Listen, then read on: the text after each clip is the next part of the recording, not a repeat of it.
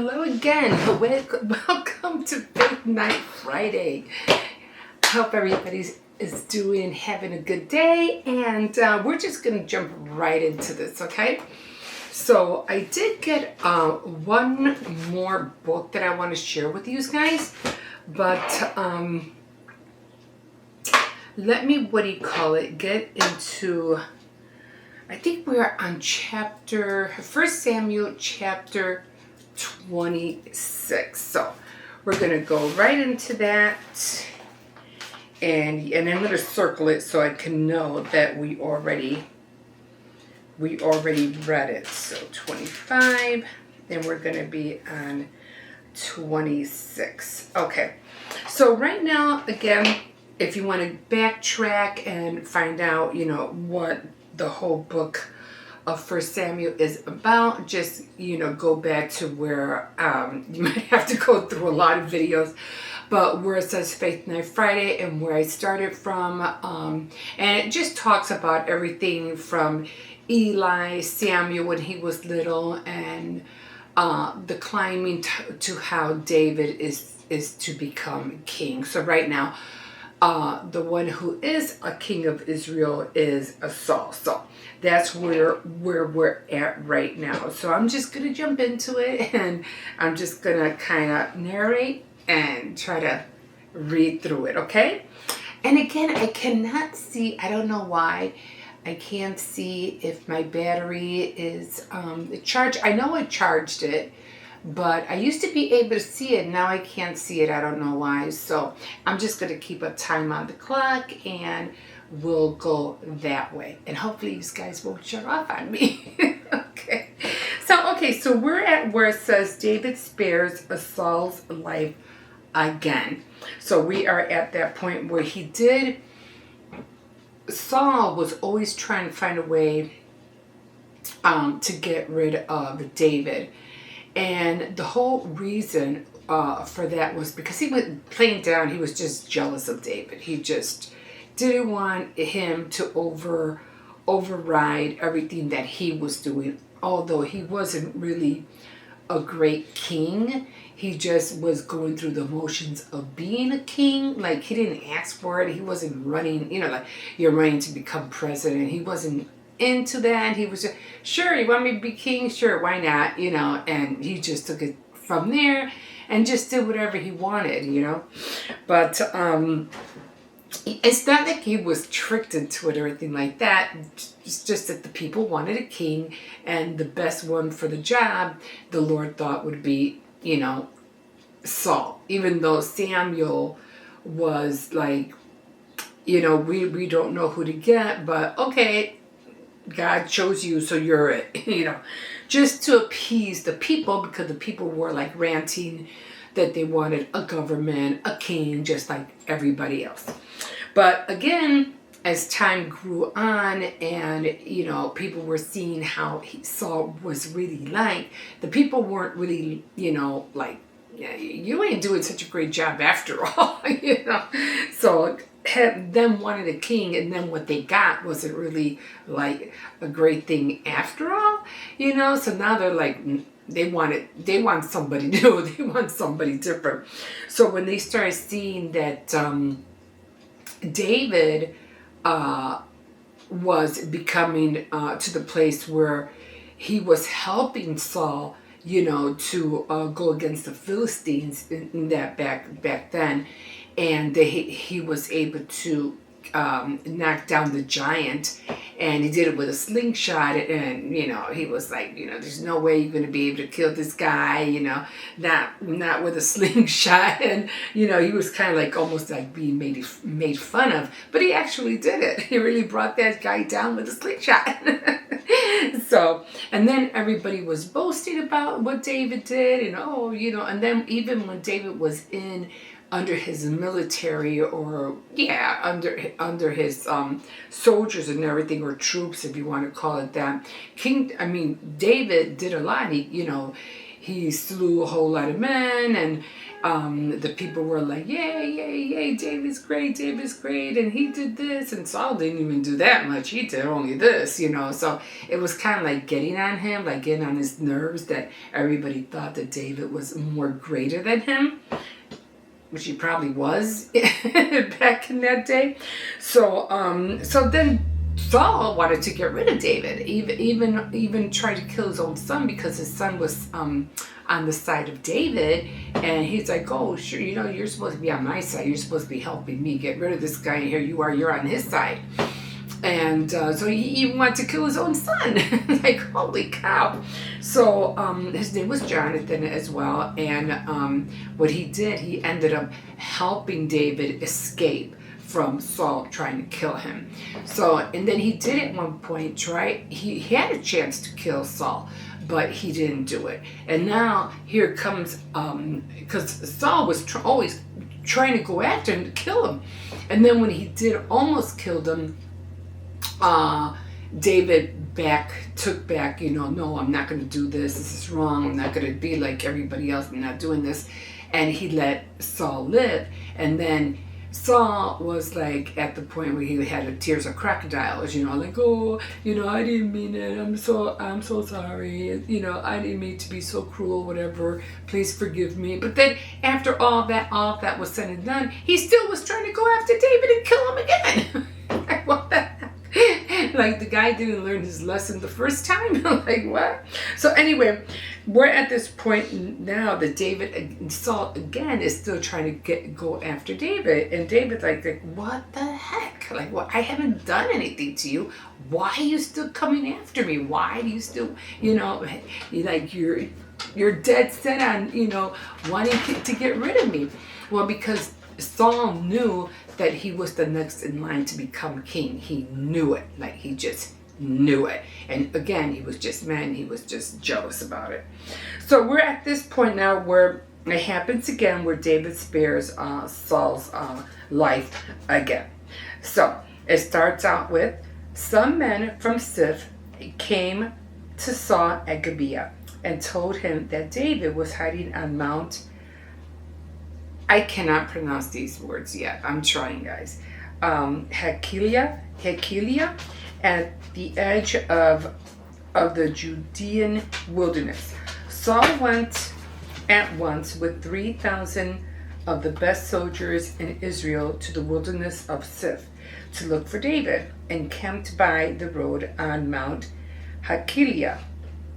David was still in the wilderness, and when he learned that Saul had come to look for him, he sent spies and found out that Saul was indeed there.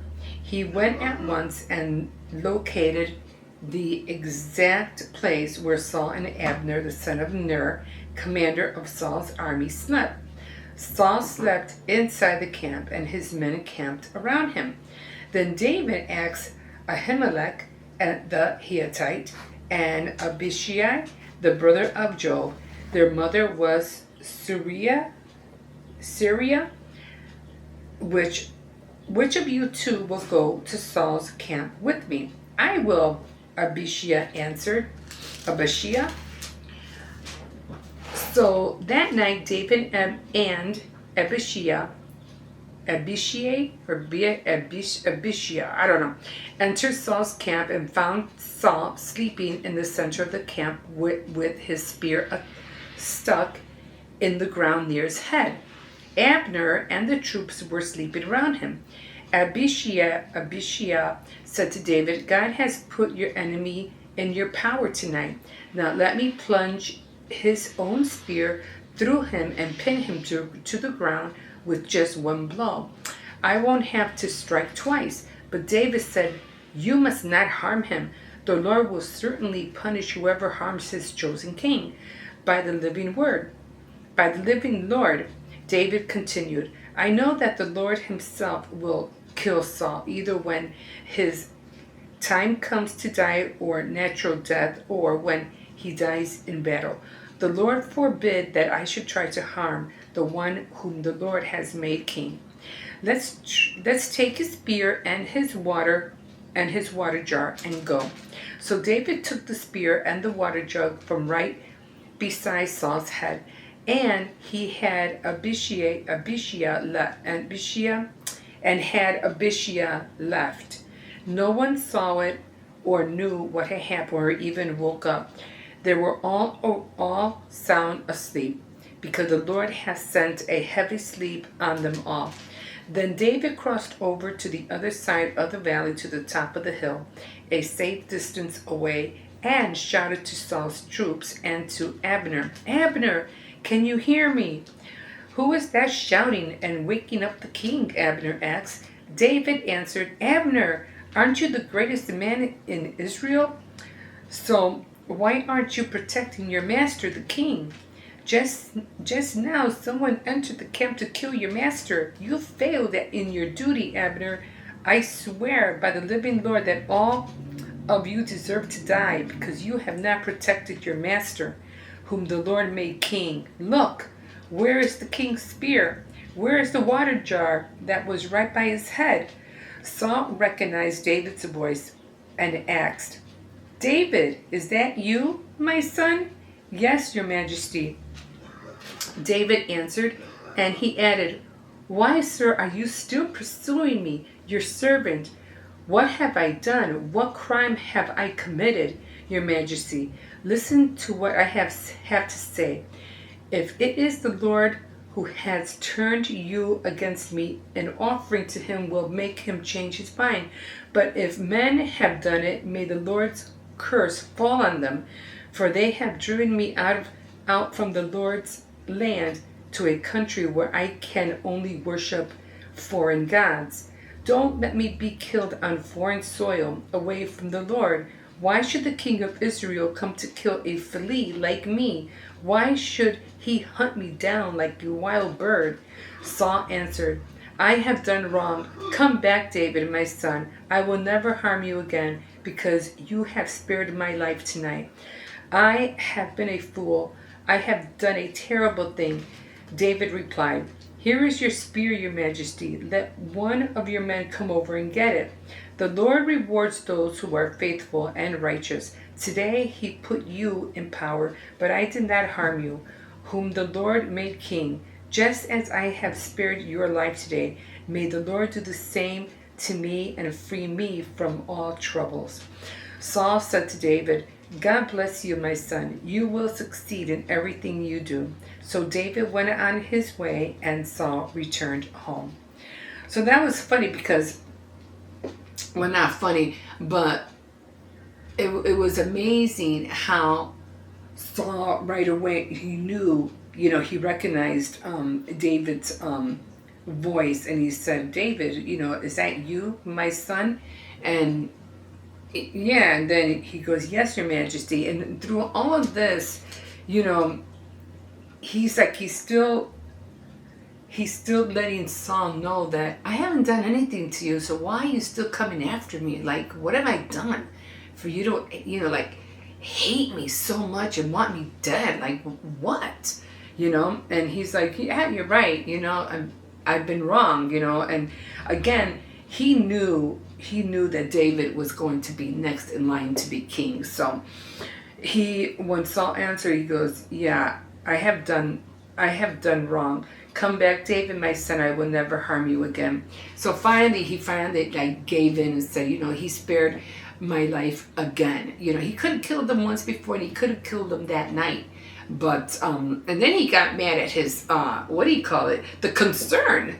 That is the thing that baffles me. The concern that he had for the guy Abner, who was supposed to be the number one soldier to protect the king, didn't do it. He got mad at him because he said, you didn't protect the king. Like, what the heck is wrong with you? Even though this guy was out to get David in his heart still felt like he owed it to Saul to still be by his side and still think that he should be protected and well guarded, regardless of what's going on.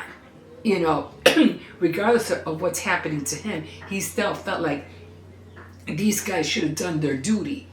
But it's like, other people would have said, good, get him, let's get done with it. But he didn't. He was still concerned and still felt the need to tell Abner, you failed at your job. You're supposed to protect our majesty. You're supposed to protect the king, and you didn't do it.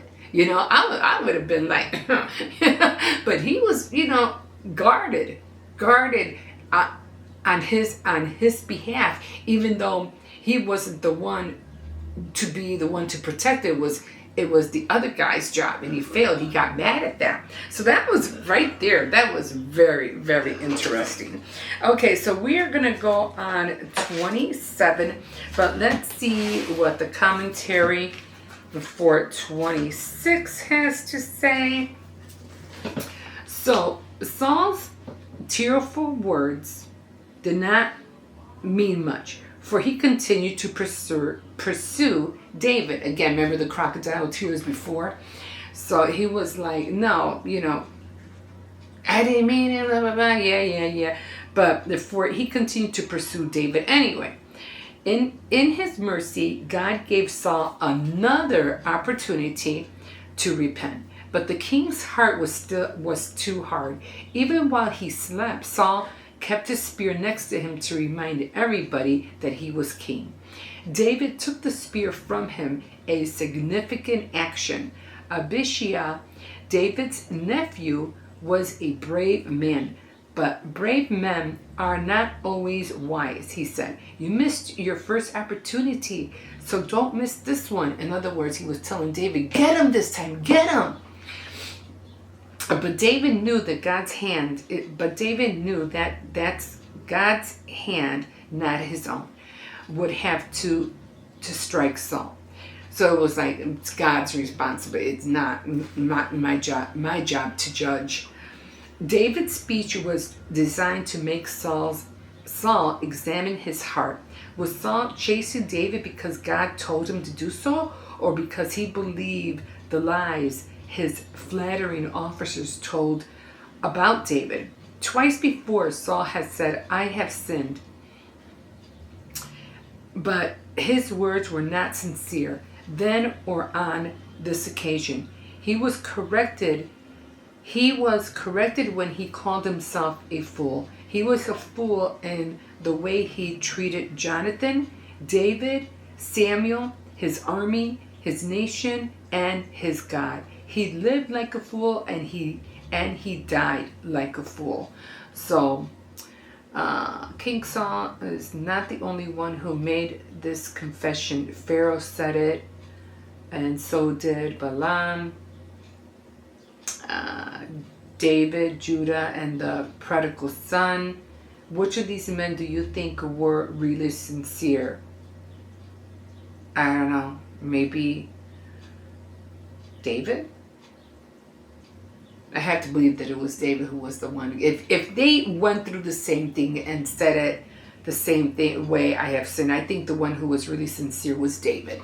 Okay, so now I have another book that I've been reading up on, and this one is about, it just gives insight, a little bit more insight about what the word has to say. Now here it says, on Saul's last day, Saul was clearly aware that David would succeed him as king. The fear he had revealed early on to his son Jonathan. Later, in a unique encounter with the man who would become his successor, Saul extracted a promise that his family be spared the usual fate of the families of displaced dynasties. David's inevitable kingship did not mean that no reconciliation would be possible between Saul and David. It's like there's no going back. We're not going to be, like buddies like we were anymore before. The last chapter of 1 Samuel 26, 1:30 to 30:31 records David's activities during Saul's last years. When it became clear that Saul's hatred would not allow David to participate in the life of his people, David contemplated going over to the Philistines, a step he finally accepted. David would spend much of his exile among the Philistines at the town of Ziklag. Saul received information on David's movements from informers, more than once from the residents of Seth in the Judean wilderness. Saul did not receive any message from God, however. Faced with the silence, he resorted to necromancy. I have to look that up. The summoning of the spirits of the dead. Though common in the ancient Near East, the practice was prohibited in Israel. In this effort to escape Saul's grasp, David often hid in the desert region east of Sif, known as the wilderness of Sif. The people of Sif remained loyal to Saul, and their messages to Gibeah telling him of David's whereabouts are remembered in this superscription of Psalms 54. Save me, O God, by your name. This is Psalms 54. Save me, O God, by your name, and vindicate me by your strength. Hear my prayer, O God, and give me ear to the words of my mouth, for strangers have risen up against me, and oppressors have sought after my life. They have not set God before them. Behold, God is my helper. The Lord is with those who uphold my life. He will repay my enemies for their evil. Cut them off in your truth. I will freely sacrifice to you. I will praise your name, O Lord, for it is good. For he has delivered me out of all trouble, and my eyes have seen its desires upon my enemies. Okay, so yeah, so like I said,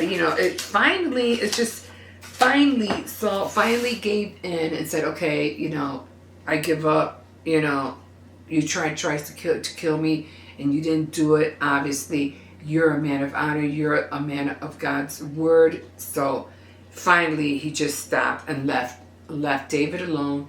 And then he went home. So it just died right there. Like, we're done. And there was no reconciliation between both of them, because it was like, it's like when you burn that bridge, you burn that bridge. That's it. So, okay, well, that's it for today. And I hope you like some of the information that I gave you on this chapter. And I think we only have like two more chapters or so on Samuel, and then we'll be moving on to let's see, I'm not really sure.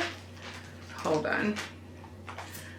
So we have 27, 28, 29, and 30. So I think we have 4 more. So 27, 28, 29, 30. And 31. So 5 more chapters, and then we'll be going on to 2 Samuel. Okay, guys, so like a fish in the sea, so glad you caught me, and we will see you next time on Faith Life Friday. Bye.